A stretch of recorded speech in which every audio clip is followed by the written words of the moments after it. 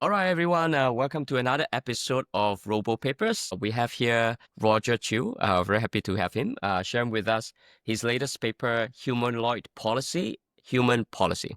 Glad to have you, Roger. Yep. So thanks for having me, Michael and Chris. Maybe as a start, if you can share a little bit about yourself, how do you get into the space in the first place? Sure. So I'm currently a first year PhD student at UCSD. I work with Professor Xiaolong Wang. Before I joined UCSD, I actually spent a few years for my bachelor's and master's degree at the University of Illinois. So yeah, so when I kind of beginning as when I began like my undergrad study, I was actually like a math major, and I spent like 1 year to figure out, okay, like I maybe I like something that when I works it out, I can see it, I can feel how it's working in the real world than math. So I kind of switched to working on more like the robot sides when I was a sophomore. Yeah, that's when I kind of began to do like robotics projects, and then a little bit kind of research, and then deeper and deeper into research. So yeah, this is like an overview of our projects on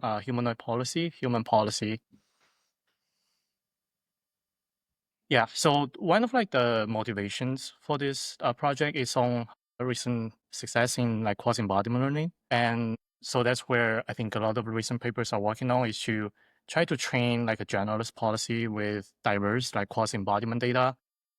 And what they found is that doing such training actually improves like generalizability. But one question that we had was, okay, so we have this cross embodiment learning, which is good. It tries to kind of aggregate all existing robot data, but where do we go look more like for the, where do we go to look for more data? And what we did was we look at like what happens during like the robot data collection.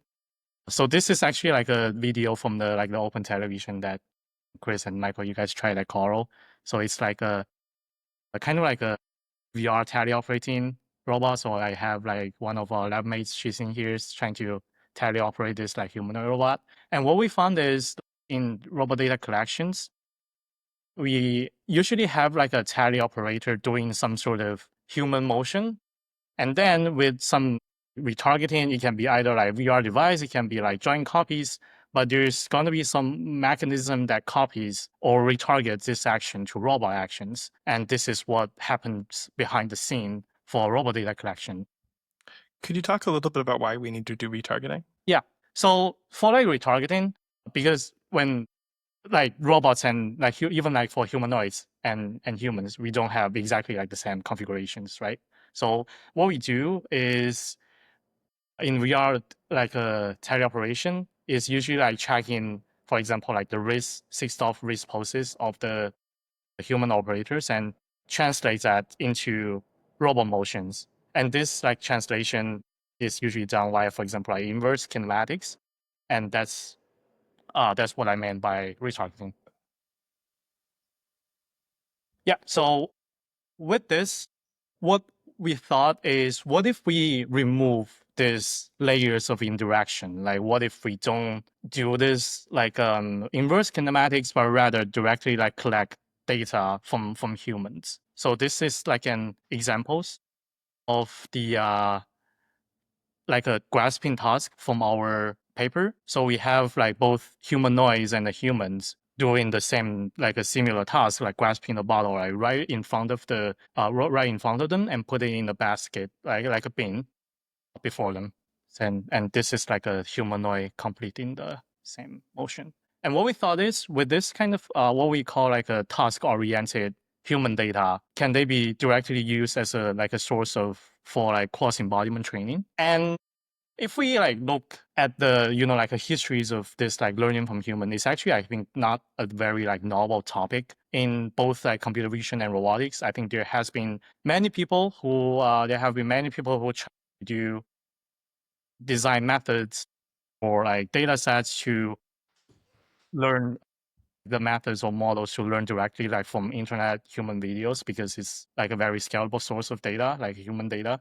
But I think existing work, they have to design some sort of like surrogates, like segmentations or affordance to as a kind of like a proxy to learn from this like internet human videos. And what we pose in this paper is kind of like something in between robot data that is directly aligned with robot and internet human videos. And that's what we call like this data, what we call like task-oriented human data. So compared to robot data, it's collected without a robot, like this task-oriented human data. But compared to internet human videos, they are not just, some like a recordings of people doing some random daily tasks. It's recordings, like egocentric recordings of humans doing specifically like the tasks that is directly aligned with what we want the humanoid to do, with clear start and markers of the recording episodes, and with good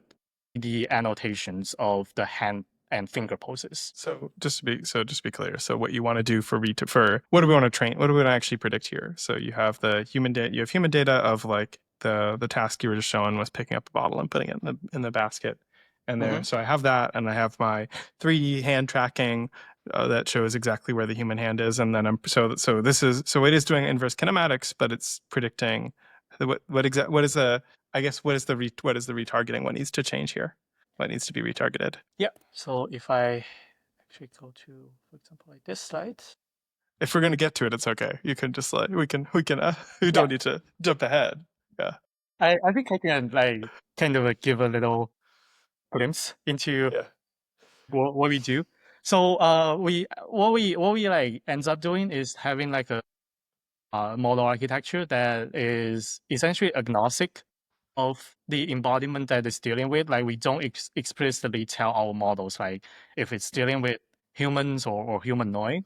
We have a unify like what we call like a human centric representation that we use for like both the states and like as inputs, state inputs to the policy, and also the prediction kind of like an output action space. So the policy, it has zero knowledge of actually any like inverse kinematics and retargeting.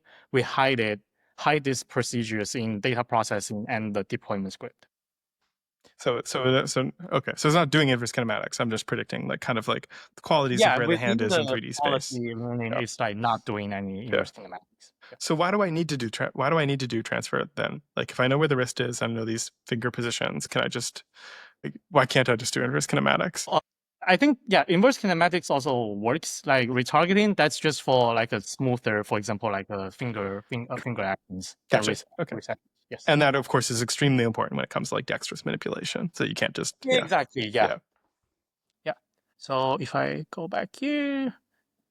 So with this like the data we collected, we actually like as you can see, like we work with like Apple, some people from Apple as a kind of like external collaborators for these projects, and we ended up like collecting I think a very large scale like a data set. So we call it like a physical humanoid data, and it's task oriented, as I said. And by task oriented, it means it's directly aligned with the task. It has 3D annotations, and we try to basically like diversify a lot of factors in this data collections, because there's like, for example, like there are actually still gaps between human data and robot data. There is, for example, like different heights of the teleoperator.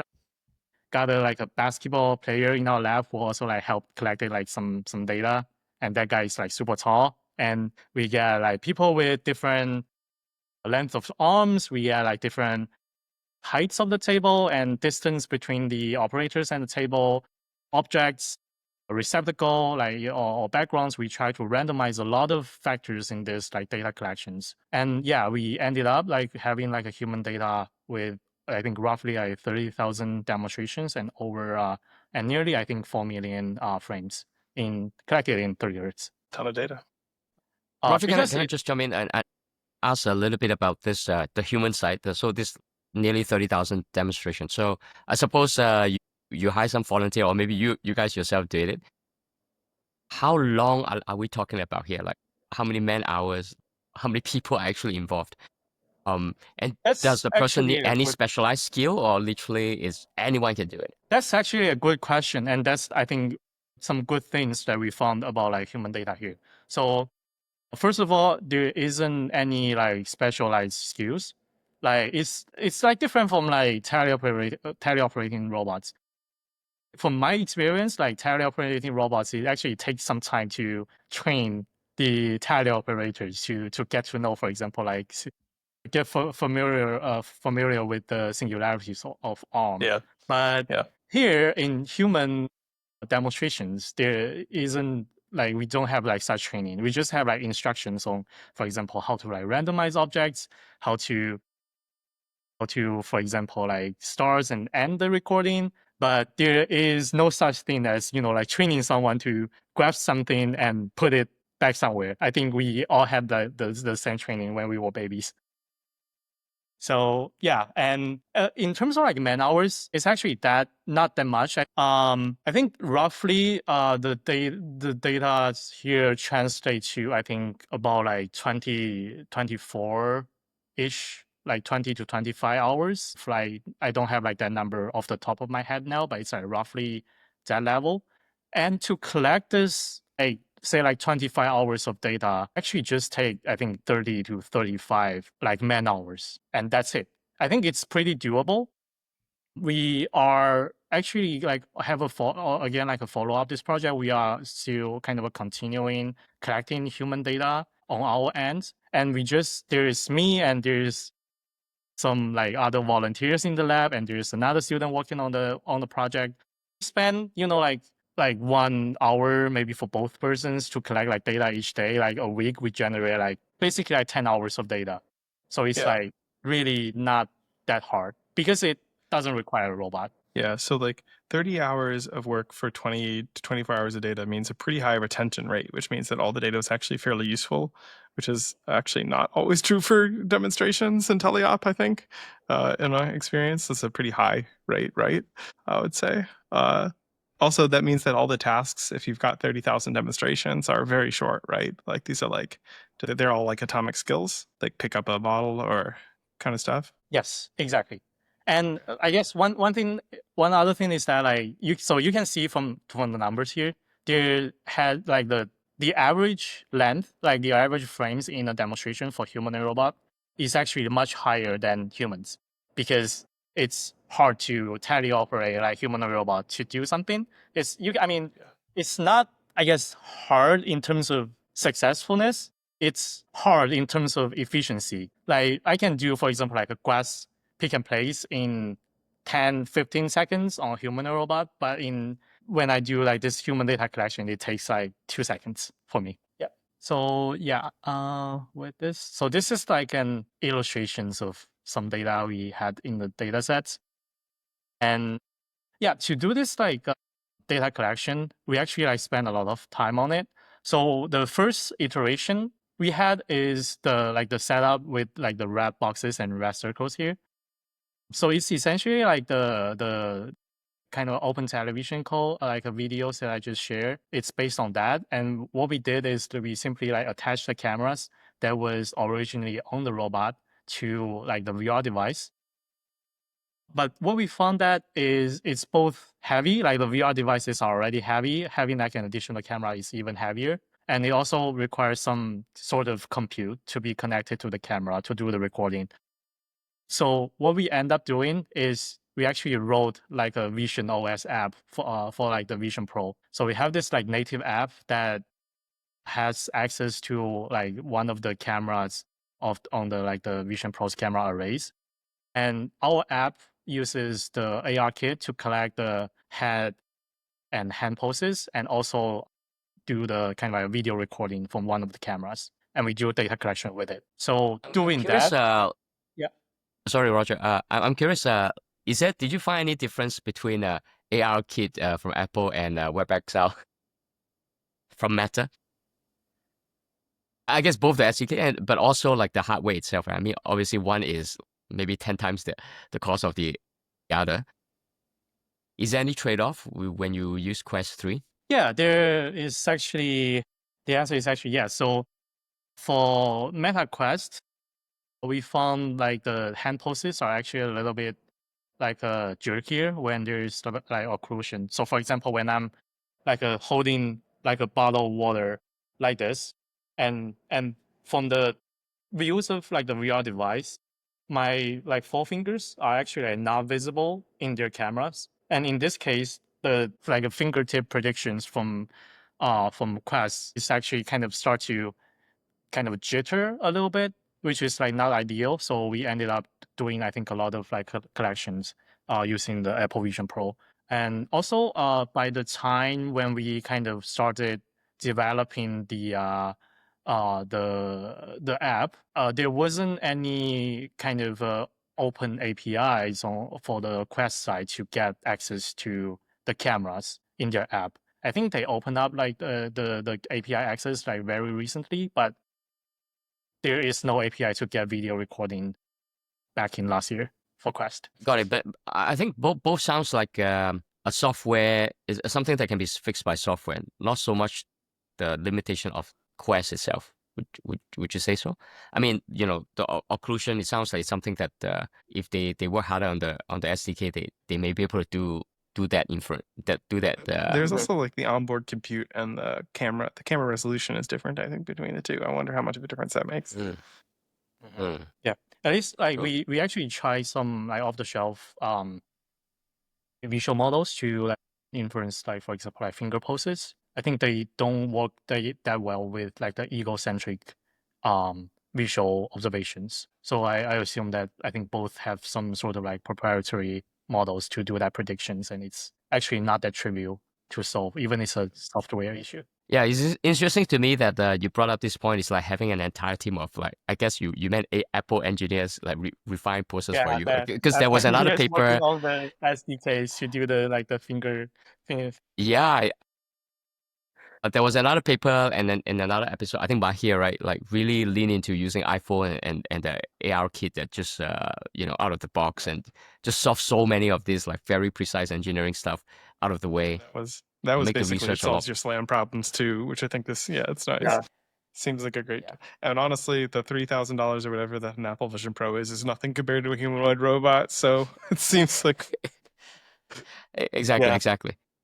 There seems to be like a general trend to use this like AR kit things like more and more in research. I remember there was also like a paper from Stanford last year. They like mounted an iPhone on like one of the robot dogs to do this slam with localization, and they found it to be like super accurate. Yeah, there's a few. I remember seeing a few results where they compare the iPhone Slam to like a bunch of other methods, and it just beats a lot of off-the-shelf open source stuff. It's impressively good, actually. And of course, now there's like people putting the Meta glasses on robots and having them do stuff. So yeah, we should keep going though. This is a tangent. Yeah, I mean it's casually. We're just casually chatting. Yeah. All right.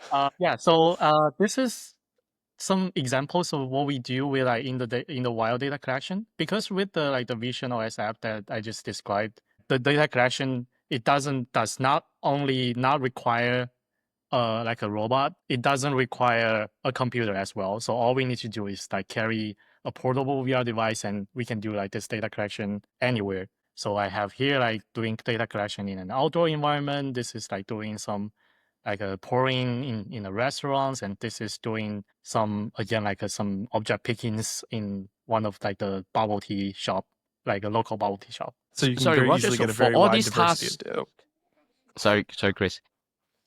Sorry, Roger, I was going to ask, so all these tasks that you define for this paper, are they like more just manipulation data in the same spot, or are they mobile manipulation? That means like the human, do they move around? Yeah, that's a very good question. So right now we are not doing like a mobile manipulation, but that's something that like we are looking into.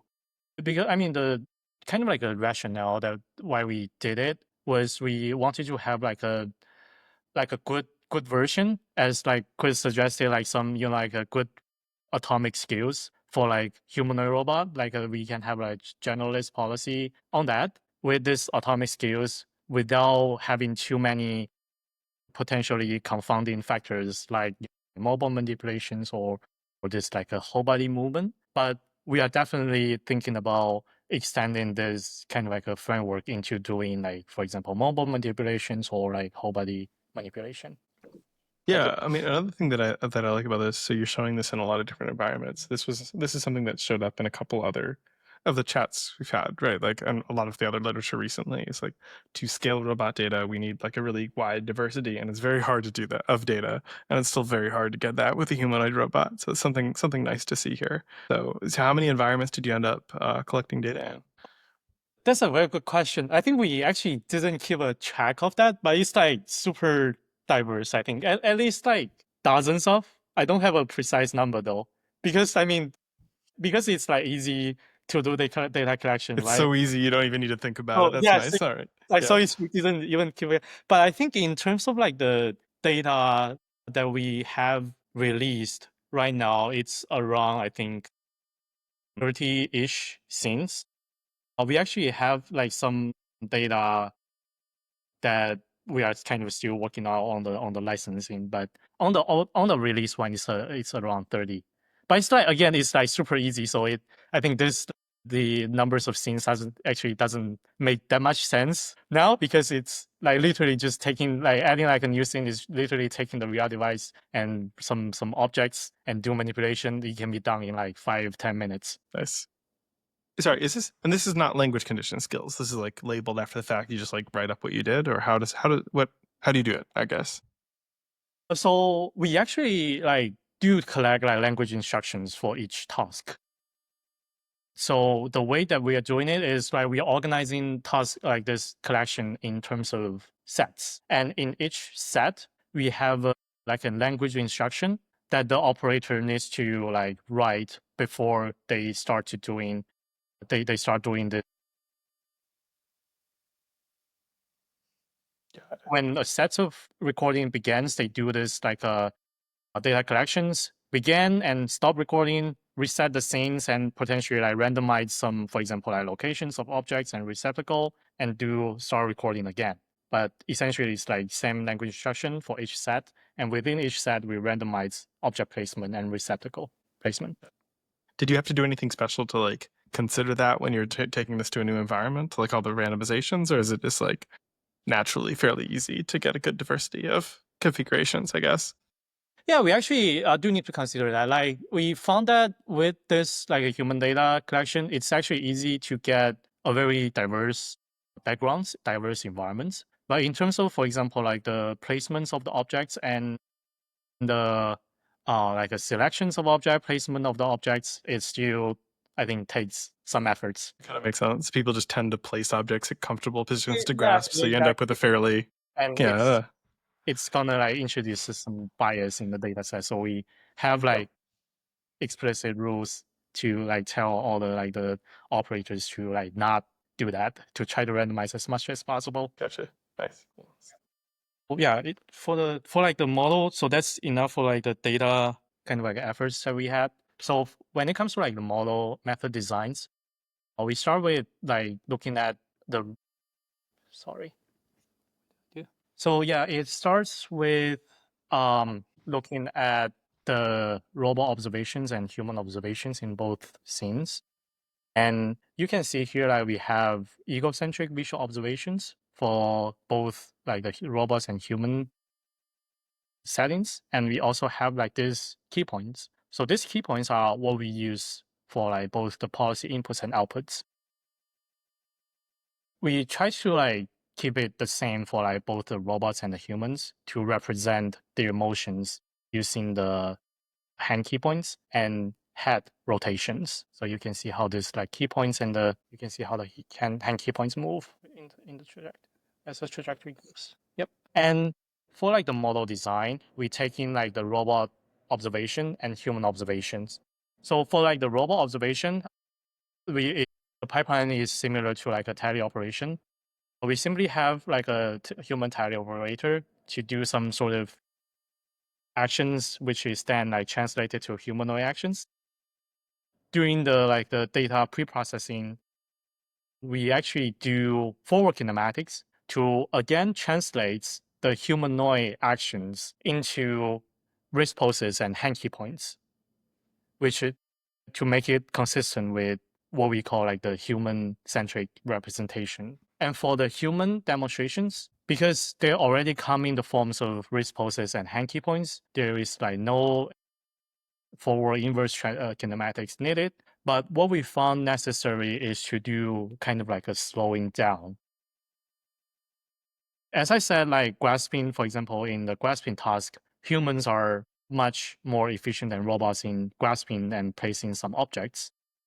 And what we found is there needs to be some sort of like a slowdown factor in this case, in which case like we do like computed like some statistics of this like of the ratio between like the average task completion time. And what we found is like a distribution that is like centered around 4. It's like 3.8-ish for like grasping, and it's like 4 point something for pouring task. And we ended up using like a constant like a 4 to slow down all the human demonstrations by 4 times during the training. That's interesting. Um, Always, so 4 times always works, or what happens if you don't do that? If yeah, we actually also kind of like out of my curiosity, I did try that. And what happens is like the humanoid robot started to move at a speed that I think is somewhere in between the humanoid demonstrations and the human demonstrations. And because I think it's moving faster than what our I think the retargeting algorithms and can handle, the actions were a little bit like unstable. Gotcha. So yeah, it wasn't. So it didn't have, I think, a very good manipulation success Yeah. rate. So like, I'm curious if you could like train it at full human speed and get it to, or like speed up the robot trajectories or something, and then slow it down during execution, or I don't know if there's a way to make it run faster in your mind. Yeah. Yeah, there's definitely a way. I think we can do some like similar sampling, for example, like in the predicted actions to, like either make it go faster or make it go slower. I think Figure AI actually does similar things in their like Helix model. Looked Yeah, at that. Yeah, they did. I think like a 20% speed up in their like sampling of the predicted actions. Yep. So yeah, going back to like the modeling. So once we have like all the states here in the like the as the policy inputs, as I said, like the models, it takes in the current egocentric visual observation, takes in this human-centric risk poses and hand key points, and it predicts a trajectories of future risk poses and hand key points. Also, because the head of our robot is actuated, so it predicts like an additional actions of the head rotations. I don't think we have which robot. It's the H1. Yeah, H1. I actually H1, have a image here on the H3 H1. yeah. It's H1, but we have this like a customized head. It has like 2 dynamical motors on the head that I think actuates it. So the head's kind of like its next turn. Right? Yeah. and I read that in your paper you kind of asked the human demonstrator to not move the body too much. Is it related to the fact that basically the robot can't move and also the head is kind of fixed? Yeah, it's related to how we are deploying like the policy to the robot. So as I said, like, though we are like definitely looking into doing, for example, like mobile or whole body things, like follow-up steps. But for this like version, we try to keep these confounding factors away, and we are not doing any like whole body motions of the upper body of the robot. So if like the collected data ends up having some sort of like this like an autonomous movements of person, like someone reaching for an object, leaning forward to reach an object, the robot has like no way to do that motions in at least in the current deployment setup. So yeah, with that, and yeah, we did like a quantitative evaluations on like several different manipulation tasks, and yeah, what we found is for in distribution settings, that refers to scene setups that is presented in both the robot data and human data, there isn't much difference between policies trained with robot data and policies trained with human data. But when it comes to like out of distribution settings, which is referring to scene setups that is presented in human data but not robot data, the policy co-trained with both the robots and human data has a much higher success rate in these settings. And yes, also like this data also helps with what we call like a cross humanoid deployment. So we work with like CMU people to deploy to train policies on their ends, and what they did is they collected, I think, just around like 20 demonstrations of humanoid, like grasping and placing some objects. And what they found is when the policy is just trained with this like 20 demonstrations, it basically fails every time because I think 20 demonstrations is like too few to train anything that's useful. But when it's combined with like a mixtures of like our data, even with just like 20 demonstration on the target embodiment, like the robot is still able to grasp like a variety of objects. This is very useful. Is that the same humanoid? The head looks the same as yours, but it's a different humanoid. Or is Yeah, that the head is, I think is the same because they also wanted to have some sort of actuated hand. It's also H1, but it's like a slightly different model. So if you look at like the arms, it's actually two different arms. okay? Yeah, because it looks slightly different from yours. Okay, that makes sense. The head's not moving much during this, though. You said it is actuated and tracked. Is that just like big partly due to the atomic nature of the skills, or what? What is that? What's that? I think it depends on like the skills because for grasping, there doesn't require like too much movement, right? For grasping, you just do this and place it in some sort of bins. But when it comes to pouring, I think which I have examples in the next few slides, the head does move, like left and right when it does like different manipulations. So Especially for passing. You had passing as passing back and forth, right? Yeah. yeah, so yeah, this is showing some like object placement generalization. So we intentionally like included only like a few training demonstrations of the robot picking objects from the left here. And that's how like this robot only policy fails because majority of the training data is picking up this like little box from the right hand side. And but in contrast for this like coaching policy, despite it doesn't contain like it contains like only few demonstrations for picking on the left. Because the human data it was trained on has a much diverse object placement distributions, it's able to like picking up this box from the left in just a single trial. And yeah, this is like a cut passing. I think there should be some. Let me see.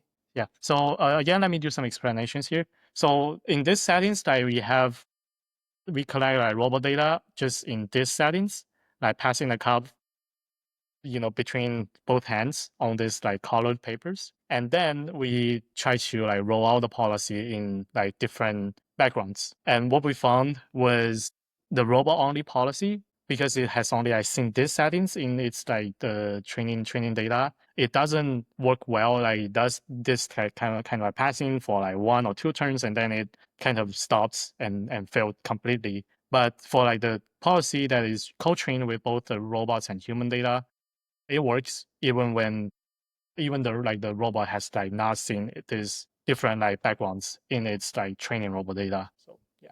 And this is again, these different backgrounds that it's been trained on are the really diverse environments. So these are all videos from the lab, but like you have it trained on like all these different tables. So right here, yeah, lots of different environments and lighting conditions.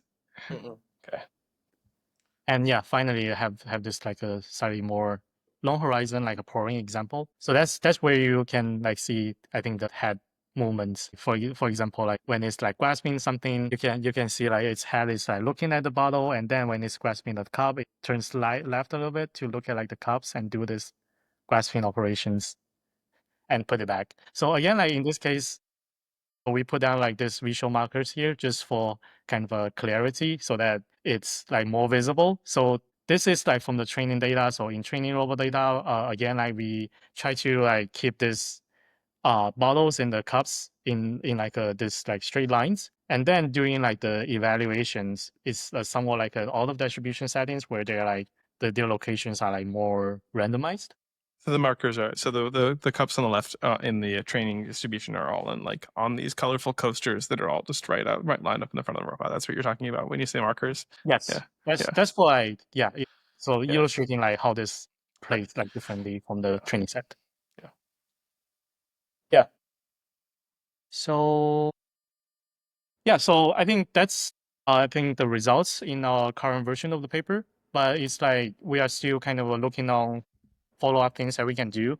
So I think what we have shown in the current version is that human data can improve various like generalization. I think this is consistent with findings in existing literatures in cross-embodiment learning. And what we are looking to do next step is we are trying to design what we term like an egocentric generalist policy. So compared to like existing policy, we think it makes sense to try something without relying on like an external third person camera. Like the policy should take in just like egocentric views and it actuates the robots. And that's it. Like there's no need for like an third person camera. It's like this egocentric. I think it's also similar to what Figure AI is doing, and it's also consistent with our like, human data collection procedure because we are getting. Yeah. So sorry, egocentric. You are doing egocentric data, right? All this data is from the robot embodiment. So what you're saying is novel is not the egocentric part. It's the generalist part. It's it right now. They're atomic skills. Just to be clear, right? Yes, exactly. Oh, So okay. so yeah, that's right. So we are working towards like this like a generalist policy that with egocentric atomic skills, and we want it to work on like many different robot embodiments. So yeah, that's kind of what we are looking at. And another like, questions that I also get asked a lot after like this kind of like I put we released this paper was like, will simple scaling of like human data solve all the problems? I think the short answer is I think probably no. But I think like the human data is, I think still going to be like a very useful data source for like training based model. So if we look at like the current paradigm, for example, for like Pi Zero, how they are like using all the data and how they are doing like complex tasks, it's like divided into like two separate stage. So in the first stage, they do some sort of like a pre-training of a base model to adapt, for example, like existing VLMs to add, for example, like a action expert to allows it to make predictions on a variety of tasks. And then for like more complex downstream task on, for example, like a specific robot embodiment, how people are making use of this base model is they collect data from target embodiment on specific task and they do sort of some sort of like fine tuning so that it's with the help of like the better initialization from the base model, even with the same amounts of like fine-tuning data, the version that is fine-tuned from the base model will behave like much smarter than something that is trained from scratch. And in this case, we think that human data can be like a very important player, can be a very important data source in pre-training egocentric generalist policy. So have you tried anything like this? Like train your generalist policy on, or training, I guess, like your pouring task, and then fine tune to try to get it to solve the passing task or something like that. Yeah, that's actually like something that we are working on right now. So as you see, we actually have some preliminary results on that when we do this like a cross humanoid deployment example. So right now we are trying to do this and also like scaling up the training scales because as I said, like when we do like this data collection, we actually have like this like a instructions accompanying like each training demonstrations. So we are, I think, looking at training like a language condition egocentric generalist policy right now. Yeah, Roger, I'm curious. Like, did you explore checking out like some of the other like egocentric data sets, Ego 4D? I think there's an Ego Kitchen. There are a bunch of these. Why do you think it was necessary for you to kind of collect a separate one? Like, what's the pros and cons? Or do you think you can actually also take those existing ones? Yeah. So I think that's like one of the thing that I mentioned when I kind of put the like the data pyramid figure, I think a few slides ago. So I think Eagle 4D, Eagle Kitchen, those data set, I think actually falls into more like the categories of daily internet human videos. And I think those videos, they are useful for example, like training like a VLM, but these data are not that easy to use for like pre-training a base model. So we do have like some explorations projects in our lab to try to like, for example, like pre-train manipulation policy using like an Eagle 4D in a similar manners, and then like doing some fine tuning on top of that. And I think the improvement we got from that was, I think, very marginal. So our like reasoning was like doing like the Eagle 4D is too misaligned with the robot data. I think we are, because I think we are like yet to get to that stage where we can have like a robot completing, like daily tasks to continuously work for an hour to complete like some daily task. Like, so that's what the video segments from existing egocentric data sets are doing. I think my take is like we do this in a kind of like a one step at a time. We solve from a bottom up approach. Like we look at like this atomic scale first, try to get a good models that can do atomic scales for different robots. And then we look at, for example, composing these atomic scales to do like more longer horizon task and ultimately make them to be able to do, like continuously for work for an hour to do useful household tasks. Yeah, got it. I think that makes a lot of sense. This bottom up thing. Regarding so let's say for each individual task in your current data set, do the human just do it once or do it multiple times? How many demonstration with each task are you getting the human to do in the same environment and same scene? Yeah. So if for like the same environment, same scene, I think it's usually 50 to 100 demonstration per set of objects. We do, for example, for one object, for example, for like the grasping task. So we do, for example, 50 demonstrations, randomized object placement, and then another set with, for example, like a new object, and then we do another 50 sets of 50 I demonstrations. see. Do you think do you pick that number because you think that is the constraint of your data collection budget, so called, like your 24 hours or 25 hours budget, man hour budget, I think or it was yeah, that's a very good question. I think this like the 50 demonstration was more like a rule of thumbs that we kind of figure out. So initially we don't have like a specific number. We don't have like very specific guidance. But what we ended up finding was that doing more than like 50, for example, like 100 demonstrations per configuration, we end up having, I think, a bunch of repetitive data where the object placements and, these factors are too similar. And if we do like less than 50, I think the if we do like less than 50, the randomizations of like the object placements tend to be like not enough. And besides, I think many like operators, including me, I find that like 50 is a good trade-off to get a little bit kind of rest in between. yeah, there are only so many times you can pass the same object left to right, right to left, left to right. Yeah, exactly. Got it. Okay, that makes sense. Cool. Cool. So yeah, I guess this is like the last thing. So yeah, as I said, like this, like the human policy thing is like just a beginning. We have found that like it's useful in, for example, like cross embodiment learning, and we are trying to kind of we will be exploring the other kind of use cases for this. Like base model, that's something that I kind of already talked about. Dexterity, I think that's also like one question I get. So dexterity is something like, what doing this kind of like egocentric manipulation with some more like dexterous tasks that is more dexterous than, just grasping something. For example, like spinning or like in-hand rotations of objects, and also like learning like what we call like a slow system.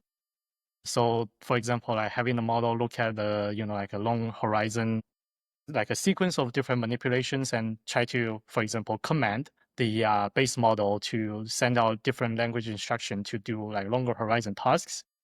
And one other thing is, I think our data is also like not limited to, for example, doing this like an end-to-end learning for manipulation policy. If like someone wants to use this like a task-oriented human data to learn some sort of like affordance model to design like a manipulation policy in a like a modular fashion, I think our task-oriented human data is also like compatible with that. So I do think like there's like a task egocentric human data will play like more and more important role. And I think also, for example, like Meta also thinks the same, that they are like designing this like a project area glass, and I think it will be like much easier to use than Vision Pro. I mean, after all, it's lighter. And I think recently, like the Project Aria 2, like the Gen 2 came out. So I think that's also like a one hardware that we are looking at to, like to collect more like a egocentric human data. Yeah, I definitely like the idea of using these to scale this data collection. I am really curious if it's good enough to do like in-hand manipulation though, like rotating an object in your hand. That's like seems like that would be like such an easy win because of how good the hand tracking can be. Although, is the hand tracking good enough for that actually on these things like the Vision Pro, or do you think it's not quite there? I think it's not quite there. Okay, But fair I enough don't then. think like if we want to do like some sort of like this inherent or rotation thing, there's probably needs to be like some sort of like a low level skill. Yeah. Yeah, so kind of like a low level, like this like control skill that you probably get some, for example, RL in simulator, and then you have this like a higher then- level, like a not so accurate key point tracking that tells the model like when to like invoke like specific skill and for example like configurations of the That makes objects. sense. Yeah. Okay. Yeah. I was gonna say, is that the same reason why it's not like you're not like actually handing one object to the other in your passing task? You're placing it down first. Is it also just tracking issues? Well, that's actually not the case. We Okay. are doing like some like in hand kind of a Oh, passing. okay. Did I just Yeah. miss that in the videos? All right. Well, let's. No, you didn't miss that. We just don't have that in like Okay. that in this version. Yeah. Yeah. Okay. Yeah, I think so. Yeah, that's it Great. for my slide. Yeah. Well, Yeah, that's really cool. Yeah, really really cool paper. I think I mean this human, I guess you call it human data, is way way more scalable potentially than teleop. It's Yeah. easily at least 4x faster. In fact, you have to slow down the human X in order to accommodate the robot data. As humans are, yeah, very good at manipulation, as you were saying earlier. Is that what would you say is like the lead takeaway from this from you? Like if you're for someone else who's reading this, what do you think is the number one lesson? Well, I'd say human data is useful, but random human videos from YouTube may not necessarily be that useful. Okay. So good human data is useful, and you can get it from these human VR data is headsets. useful. Okay. Yeah. All right. That's okay. That's nice. Cool. All right.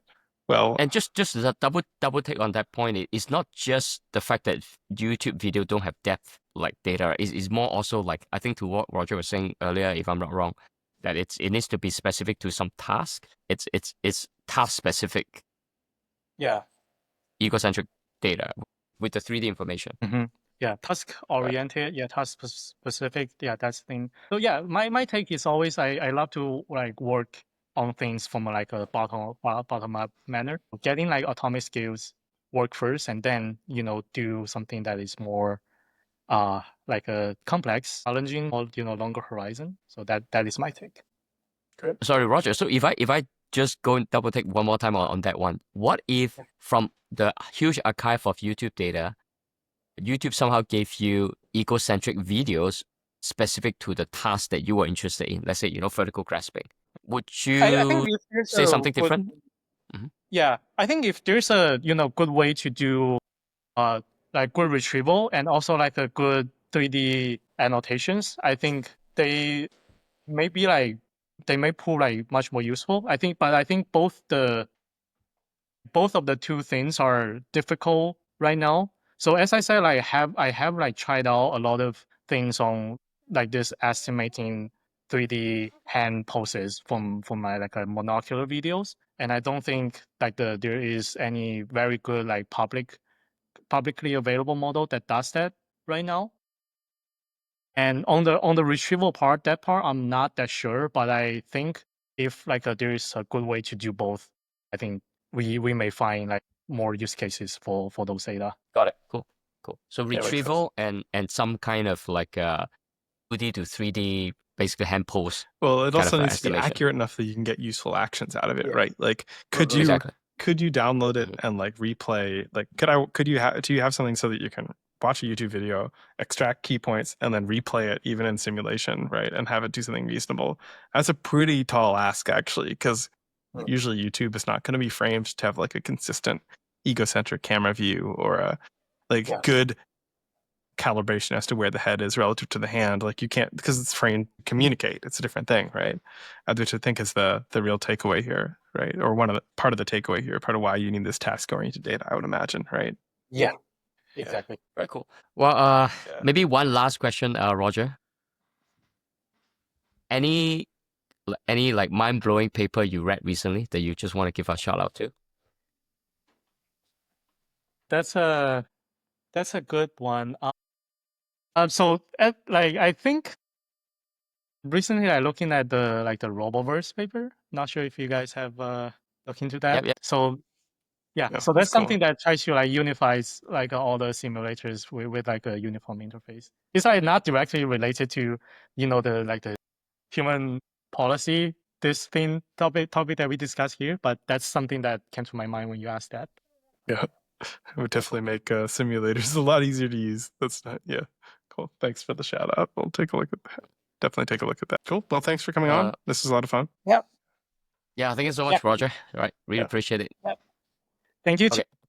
There we go. Yeah, that's Sorry good. for That's you. good. It's the noise is just pointless. But yeah, so there you can see we're controlling this device, and then steering the robot around.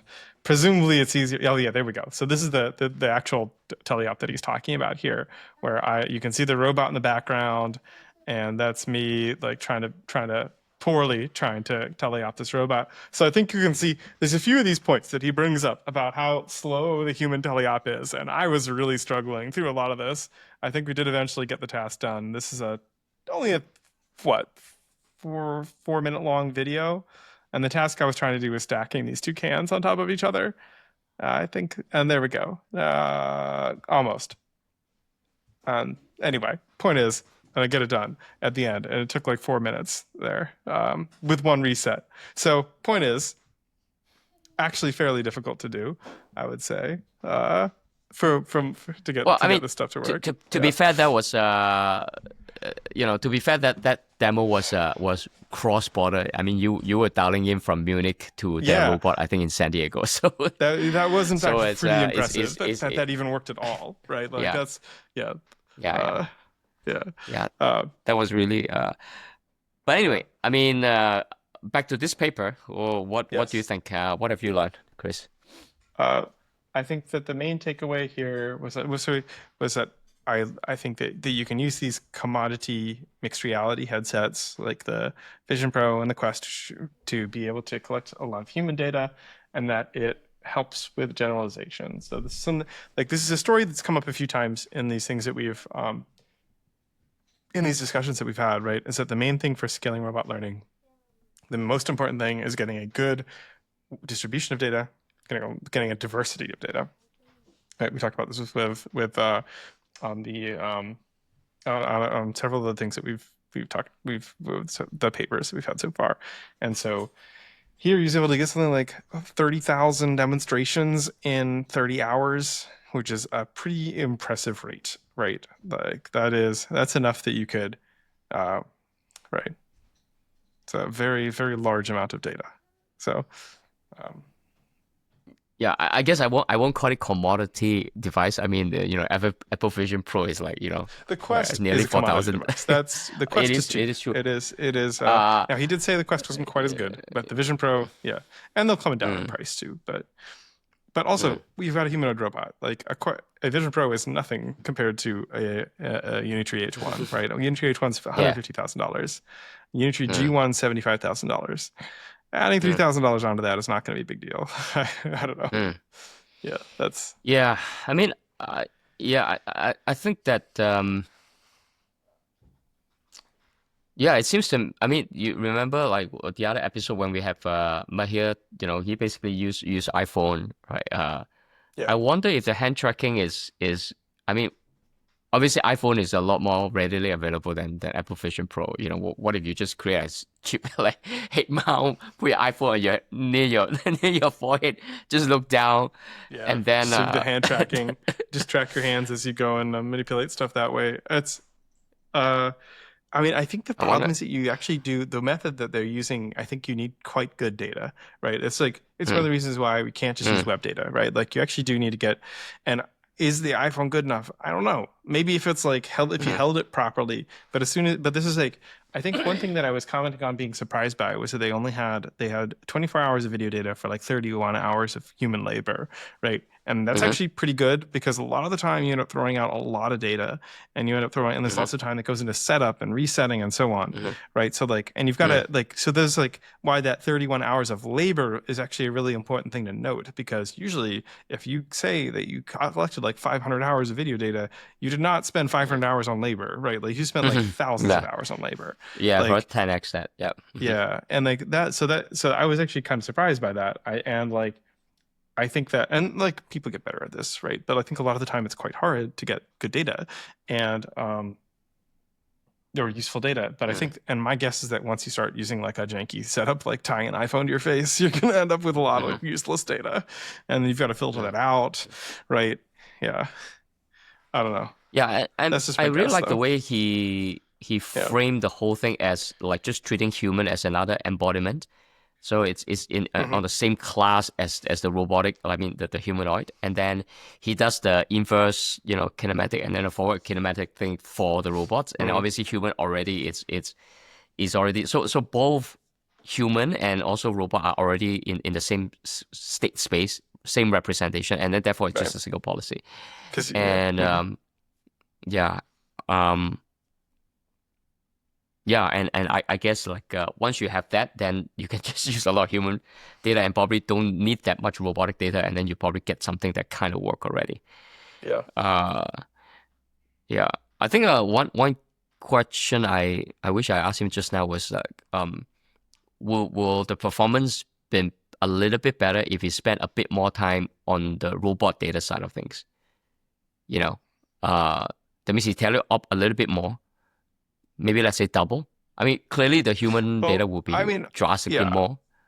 I mean, I think the tele update it. Like, I feel like if you could swap in robot data for humanoid data, it's always going to be, or sorry, human data for robot data. If you turn human trajectories into robot trajectories and have robot data instead, it's always going to be better, right? Like, there's like no advantage to human data Mm, other than diversity and the fact that it's so much faster to collect large amounts of it. So like. mm, I do think mm, mm, mm. I have to imagine the answer to that is a hard yes. Like it is going to be better with extra robot data, right?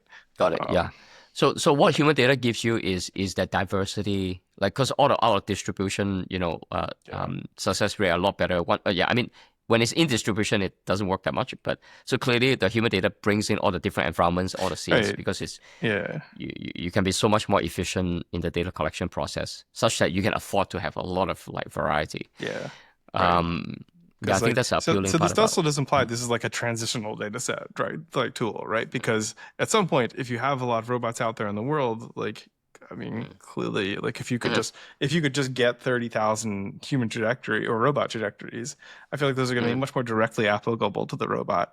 I mean, there is the general fact that perhaps the fact that humans, so it is interesting that the humans all have different like kinematics. So like the points on the hand mm, that's predicting are going to be slightly mm, different ranges, and maybe it learns something more mm. general that helps scale transfer across robots, but at least on one robot. Yeah. Like it's always going to be better, I think. I think to Mm, just go with the robot data. Uh, yeah. mm. Yeah. Cool. Yeah, Yeah. exciting stuff. What Okay, did you cool. think? Let's Yeah. do it. Oh yeah. Cool. Oh, oh, We do oh. it again. I was gonna wrap up the end of what I think. I mean, I think it's super cool. I mean, I think this human data, ecocentric stuff. Um, but I think, like you said, the accuracy matters a lot. So, uh, I think he basically sounded like he just mostly went with data that he collected from Apple Vision Pro because the accuracy is just, Yeah. it's worth paying the price of the hardware because the accuracy is better. Yeah. And so I think that's the challenge with like video, just straight up video YouTube data. Like I said, like firstly you need to figure out how to retrieve the video in the first place. That's a huge problem already. And then being able to like based on 2D video, like how do you do the 3D annotation and be super accurate? It's hard to imagine Right. that being Because possible if you don't have the hardware advantage that like an Apple Vision Pro. right. Yeah. Yeah, I mean, this is one of these underrated things that comes out of like the modern, like large scale learning is that it seems like data quality is extremely important too. Like data diversity and quality and like making sure you have coverage of all the tasks you want to cover. And like quantity is a way to those, but it doesn't actually on its own. This is why I'm actually not that optimistic about a lot of stuff using YouTube videos because like either like a lot of stuff ends up using either needing a lot of engineering to get good quality out of them, or they are just like like yeah, so if you're doing that, you're filtering stuff out, you're making all these assumptions, it doesn't feel scalable a lot of the time when people do this. And like that's what you see I think a lot with like these robot kitchen kind of with I forget the data set names, but eco kind of those kinds of things you end up doing lots of kitchen, engineering. Yeah, but like and then there's and once you, if you don't do that, so like that doesn't scale. If you have to do a bunch of engineering just to pull out a handful for like all these different weird cases that arise. And then otherwise like there's no robot actions, which means that like and that, like that's one of the whole points of his stuff is that like everything, because we collected it for this and we know that we were tracking the hands, everything is good data, right? Because like we can just take those hand points and put them onto the robot, and that means it works, right? Like not quite, like obviously that's the whole paper, but like yeah, right, yeah. So anyway, yeah, it was a lot to think about. It was a cool paper, but. Cool.